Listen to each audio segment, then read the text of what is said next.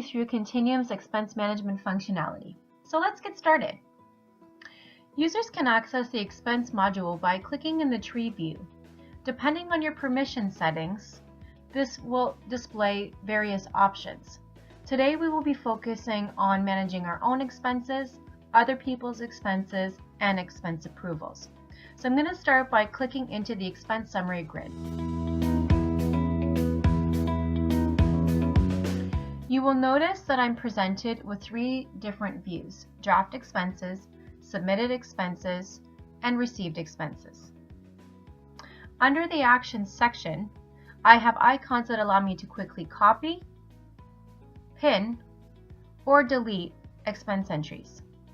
In addition, on the top right-hand corner, I have quick access buttons to allow me to submit expenses, save expenses or expense reports, revert a change made back to its original state, or easily export to either Excel or PDF.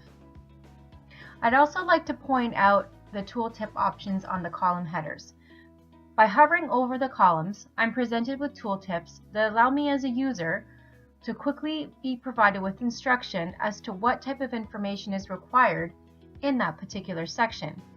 I can also easily filter in multiple ways by selecting the filter option and the appropriate filter that I would like to select.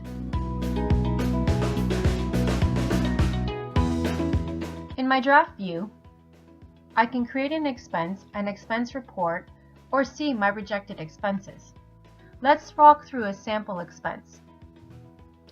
I will click on the plus sign and be presented with various expense types options: transportation, telecommunication, etc.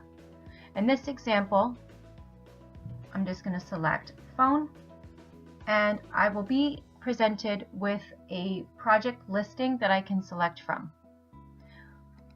By selecting the appropriate project, I will also be presented with a task list that I can choose from as well. So I can either choose to select a task to specify, or I can just move on to the next box. So you will notice that I am already presented with the account details, which are matching the corresponding project per Continuum implementation. I can select an expense date, quantity and amount,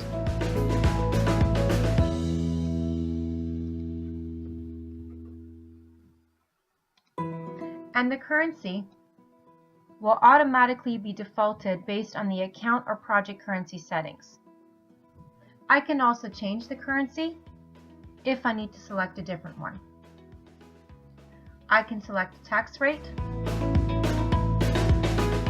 but one will also be defaulted for me as well if that's how the account has been set up. So we're going to leave it at no tax. And I will be presented with the reimbursable total, which is the amount that I had put in this section here.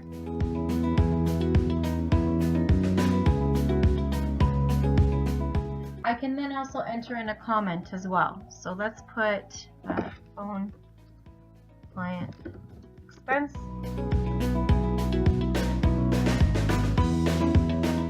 And I can also upload a receipt if I so choose to. So once I finish entering in all of my account information, I'm ready to create my expense report. So I'm going to go ahead and save.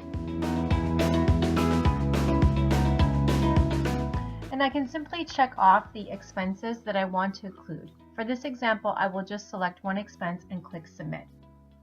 You will notice that the expense status is in a draft status, but that's going to change once I've submitted my expense. So I'm going to get presented with a expense report screen, and that's going to provide me with the opportunity to be able to see how many line items I've included in my expense report, the overall reimbursable total information, and have again an opportunity to either change the currency, add a comment, or upload a receipt. So I'm going to go ahead and click on Submit. I'll be provided with an expense number. I'm going to say OK. And you will notice that the system automatically brings me to the submitted view. And in this view, I can see all submitted and approved expenses. I can also mark my expenses as received by simply clicking on the Receive icon. My received expenses will then move to my received summary and remain eligible for viewing and exporting as needed. At times, you may need to submit expenses for a different resource. In Continuum, this is very simple to do. You simply select the other expenses within the menu, choose the resource that you need to submit an expense or expense report for,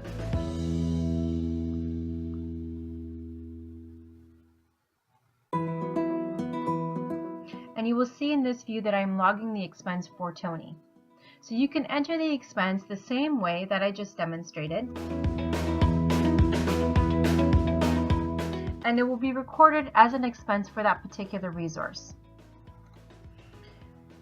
In summary, with the appropriate access, if the user is unable to enter their expenses and you're waiting to perhaps do invoicing, you can eliminate the delay by creating and submitting the expense on their behalf.